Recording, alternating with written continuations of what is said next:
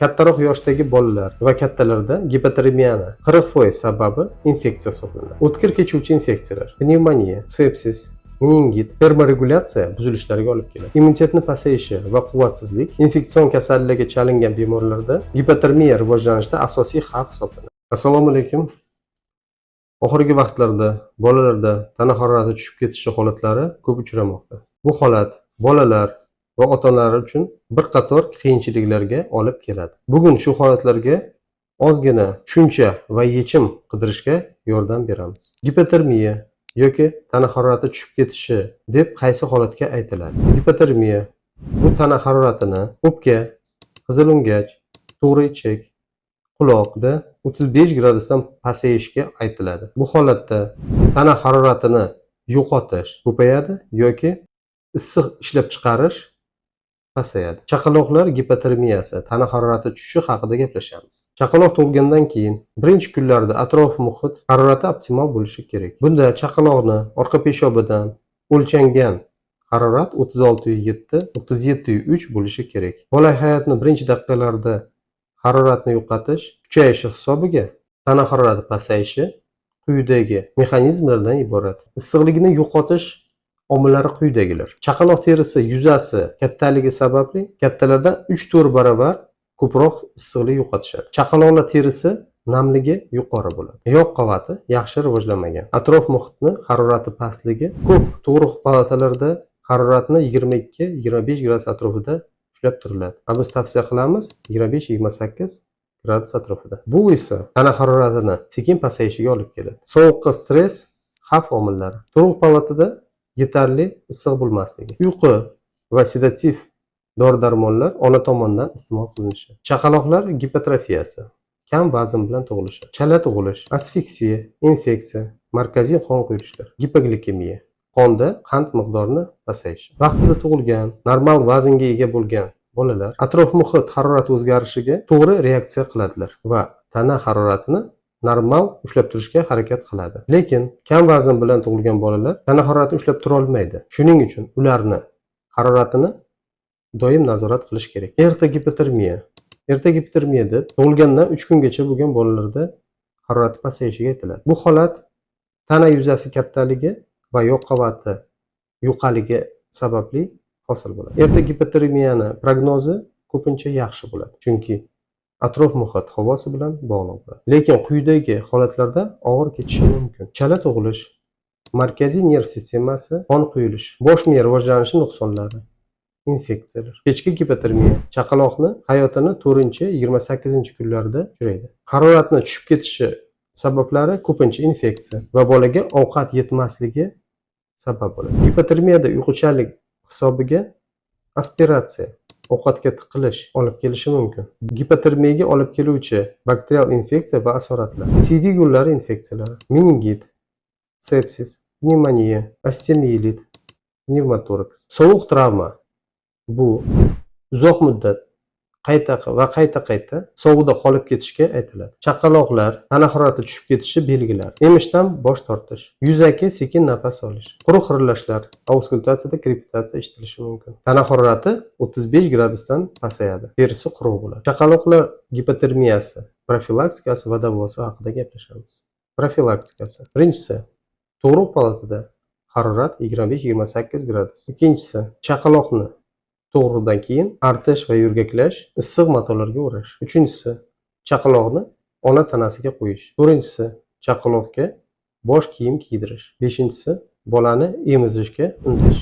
Davosi: bolani isitish xona haroratini 20 gradusdan boshlanadi. Keyin har 1 soatda 1-2 gradusga ko'tariladi. Nazogastral zond orqali boqish, aspiratsion pnevmoniyani oldini olish maqsad. Ona sutini 36 gradus issiqlikda berish, 10% glyukoza quyish. Ehtiyoj bo'lsa, antibiotiklar qo'llash.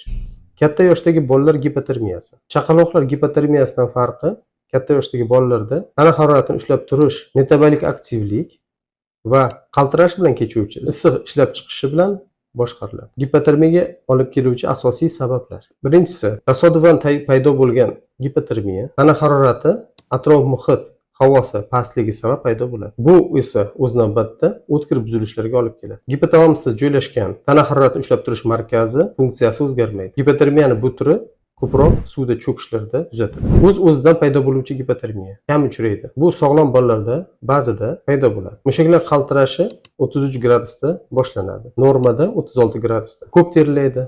Markaziy nerv sistemasi o'zgarishlari kuzatilmaydi. Prognozi yaxshi. Davosi uyni isitish, issiq kiyimlar kiydirish. Infeksiya. Tanani sovqotishi immunitetga salbiy ta'sir ko'rsatadi. Bakterial infeksiyaga nisbatan qarshilik pasayadi. Tekshiruv natijasiga ko'ra, gipotermiyada leykositlar harakati sekinlashadi. Fagositlar aktivligi va antitanachalar ishlab chiqishi pasayadi.